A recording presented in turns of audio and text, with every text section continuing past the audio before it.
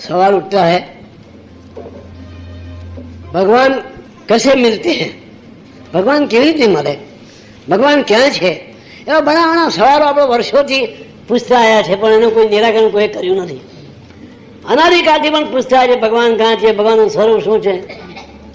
हमने भगवान को एक आकार दे दिया, हमने भगवान को एक स्वरूप दे दिया, भगवान को एक नाम दे दिया, भगवान को एक विशेषण दे दिया और भगवान को एक परिभाषा दे दी.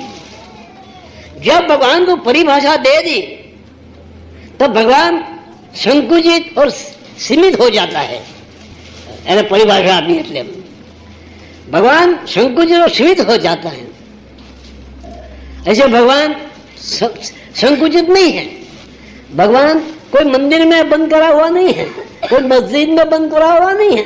भगवान विस्तीर्ण है, फैलारो है, सब अस्तित्व पर वो विस्तीर्ण है. हमने उसकी परिभाषा दे दी, हमने विशेषण भी दे दिया. तो सवाल उठता है कि हम भगवान को कैसे, कौन से नाम से? योगी बोलते हैं, तुम तो तुमने दिया रणछोड़ राय दिया, द्वारकाधीश दिया. योगी बोलते हैं हम भगवान के कौन से रूप से देखेंगे? योगी मंदिर में नहीं जाएगा, योगी मंदिर का ध्यान नहीं धरेगा, योगी मस्जिद का ध्यान नहीं धरेगा, योगी काबा का ध्यान नहीं धरेगा, योगी गुरुद्वार का ध्यान नहीं धरेगा, लेकिन वो ध्यान धरेगा परम पद का ध्यान धरेगा.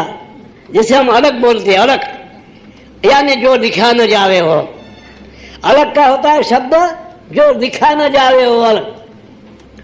हम अलग से बोलते हैं, बराबर है. तुमने लक्ष्य बनाया नहीं तो अलक्ष्य की क्या बात करते हो? तुमने लक्ष्य नहीं बनाया, नहीं तुमने देख के बनाया, नहीं सुन के बनाया, नहीं बोल के बनाया, अलग. तो परमात्मा मिलता है, जरूर मिलता है, मले है, जरूर मले है. लेकिन तुम शांत हो जाओ, तुम मौन हो जाओ, तुम लीन हो जाओ.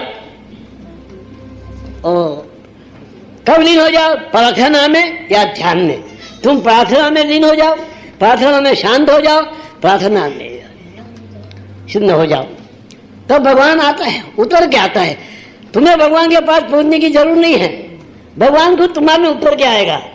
तुम मत जाओ भगवान के पास. तुम भगवान के पास कैसे जा सकोगे? भगवान ही तुम्हारे पास आ जाए, तुम भगवान के पास नहीं जा सके. काम को मालूम भगवान कहाँ है.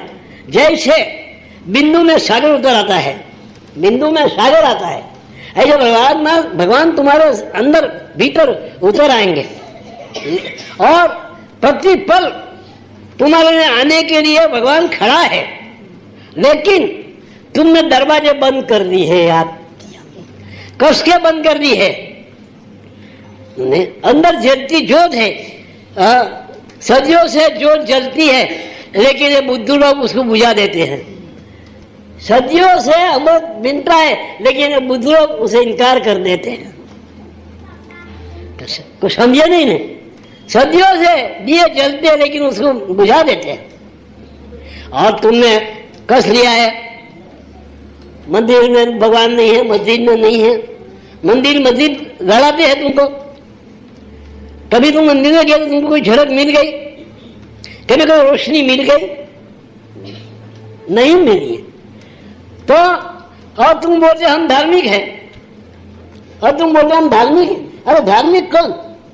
वो निर्बंध है, बंधा नहीं है, किसी के घर इसमें शासन में नहीं है. ओ धार्मिक राष्ट्र प्रमुख के भी शासन में नहीं. हम निर्बंध है, हमसे कोई हम बंधे गए नहीं है किसी के पास. ओ धार्मिक, धार्मिक स्वच्छंद है, इसे कोई रोक नहीं सकता. धार्मिक होने के वजह से धार्मिक इसे कहा जाता है. धार्मिक संप्रदाय के अतीत है. धार्मिक जिसके लिए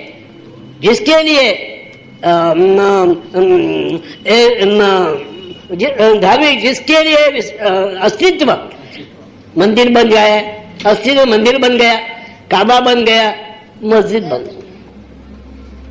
वो धार्मिक है. धार्मिक के लिए हाँ अस्तित्व, दूसरे कोई की बात नहीं चलती. अस्तित्व मंदिर बन जाना है तो परम पद तुम पाने को हो तो कहाँ परम पद है? परम पद का है मंदिर के बाहर, मस्जिद के बाहर, गुरुद्वारा के बाहर। हाँ, तो मन तो है का परम पद? तुम्हारे भीतर बैठा है। तुम्हारे भीतर जो मौजूद है, तुम्हारे भीतर परमात्मा बैठा है, उसे तुम खोजो, तुम बाहर मत खोजो। जब तक तुम बाहर खोजोगे परमात्मा तुमसे दूर चला जाएगा, कभी तुम्हारे नजदीक नहीं आएगा। हाँ, इसे तुम बाहर मत खोजो, अंतर यात्रा चलाओ। अंतर यात्रा और बहिर्यात्रा, बहिर्यात्रा संसार है, अंतर यात्रा धर्म है।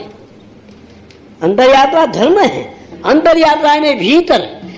तुम बाहर देखो, देखो नयन एक ही बार खुलेगा, अंदर खुलेगा तो बाहर बंद हो जाएगा, बाहर खुलेगा तो अंदर बंद हो जाएगा। इतना समझ लो, बाहर देखने की कोई जरूरत नहीं। और तुम दौड़े जा रहे हो, दौड़े जा रहे हो। अरे मैं तुम कहां तक दौड़ोगे? तुम कहां तक दौड़ोगे? जरा रुको, जरा देखो, पीछे कौन है, आंख फेरो और पीछे बात करो। हाँ, तो जो तुम जिसके खोज में जा रहे हैं वो कोई नहीं, पंच महाभूता का खेल है। पृथ्वी, जल, तेज, वायु, उसका खेल है। ओ खेल उसने निर्मित किया है पंच महाभूता ने।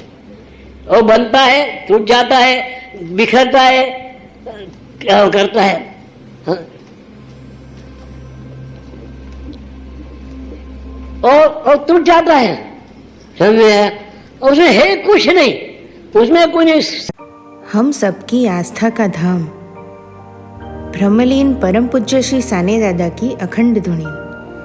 धृतिमान नाथ संप्रदाय के वर्तमान गादीपति विश्ववंदनीय परम पूज्य श्री छोटे दादा का संकल्प प्रण। हजारों लाखों श्रद्धालुओं का दुख दूर करने वाला, प्रेम और भक्तों की अपार श्रद्धा का धाम, वो है हमारा नवनाथ धाम, ब्रह्मलीन परम पूज्य श्री साने दादा समाधि मंदिर।